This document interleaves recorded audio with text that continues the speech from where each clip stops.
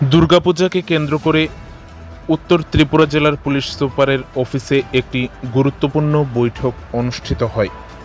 25শে September বুধবার দুপুর আনুমানিক 1টা নাগাদ উত্তর ত্রিপুরা জেলার জেলা সদর ধর্মনগর শহরের গালোয়ান চক এলাকায় অবস্থিত উত্তর ত্রিপুরা জেলার পুলিশ সুপার আইপিএস ভানুপদ চক্রবর্তীর অফিসে একটি বৈঠক অনুষ্ঠিত হয় দুর্গাপূজাকে কেন্দ্র করে, যেখানে উপস্থিত ছিলেন উত্তর জেলার police super IPS Bhanupada Chakraborty, মহকুমা পুলিশ আধিকারিক দেবাশিস সাহা, ধর্মনগর থানার অফিসার ইনচার্জ, কদমতলা থানার অফিসার ইনচার্জ সহ আরও অন্যান্য পুলিশ আধিকারিকরা। সেই সাথে এই বৈঠকে উপস্থিত ছিলেন বিভিন্ন ক্লাব প্রতিষ্ঠানের কর্মকর্তারা। এই বৈঠকে মূলত দুর্গাপূজাকে কেন্দ্র করে কি বিধিনিষেধ রয়েছে এবং কিভাবে সুষ্ঠুভাবে এই দুর্গাপূজাকে সম্পন্ন করা যায় সে সকল বিষয়ে বিস্তারিতভাবে আলোচনা করা হয়। সেই সাথে দুর্গাপূজায় যাতে কোনো অপ্রীতিকর ঘটনা না ঘটে সেজন্য প্রশাসনের তরফ থেকে কি ব্যবস্থা গ্রহণ করা হয়েছে সেই সকল বিষয়েও বিস্তারিতভাবে আলোচনা করা হয়।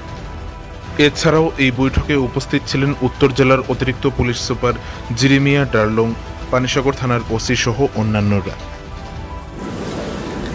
প্রথমে আমি আপনার যে চ্যানেলে যারা ভিউয়াররা যারা আছেন ওনাদেরকে, যেহেতু দুর্গাপূজা উপলক্ষে মিটিং হয়েছে, যারা এখানে ক্লাবের প্রতিনিধি যারা এসেছিলেন ওনাদেরকে এবং আপনাদের যারা চ্যানেলের ভিউয়াররা আছেন ওনাদেরকে অগ্রিম শুভেচ্ছা জানাচ্ছি।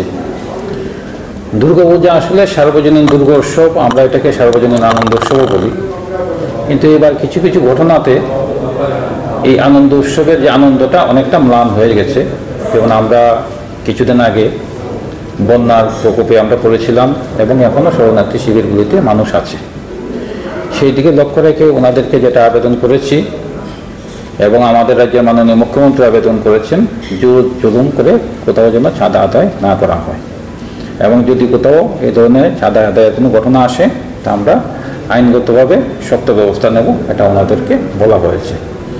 ওনাদেরকে এটাও বলা হয়েছে যে ওনারা যথেষ্ট অভিজ্ঞতা সম্পন্ন, প্রত্যেক বছর পূজা করেন, তো এই বছরও অন্যান্য বছরও নয়, পুলিশকে ওনারা সাহায্য করবেন।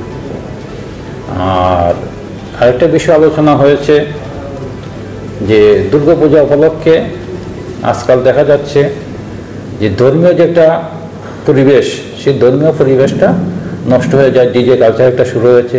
আমাদের যে বিধানসভার যে মাননীয় স্পিকার মহোদয়, এখানে জনপ্রিয় বিধায়ক মহোদয়, উনিও আবেদন রেখেছেন সবার কাছে ডিজে যেন না বাজানো হয়। আমিও সবাইকে বলেছি যে ডিজে বাজিয়ে ধর্মীয় যে একটা পরিবেশ, সেই পরিবেশটাকে নষ্ট করার একটা অপচেষ্টা শুরু হয়েছে। তো ওনারা সবাই এটা এক বাক্যে স্বীকার করেছেন যে ওনারা করবেন, যে ধর্মীয় পরিবেশে যে যেন পূজাটা সম্পন্ন সেদিকে ওনারা নজর রাখবেন। তো এগুলি আলোচনা হয়েছে, আইনগতভাবে ওনারা মেনে চলবেন। Thank you.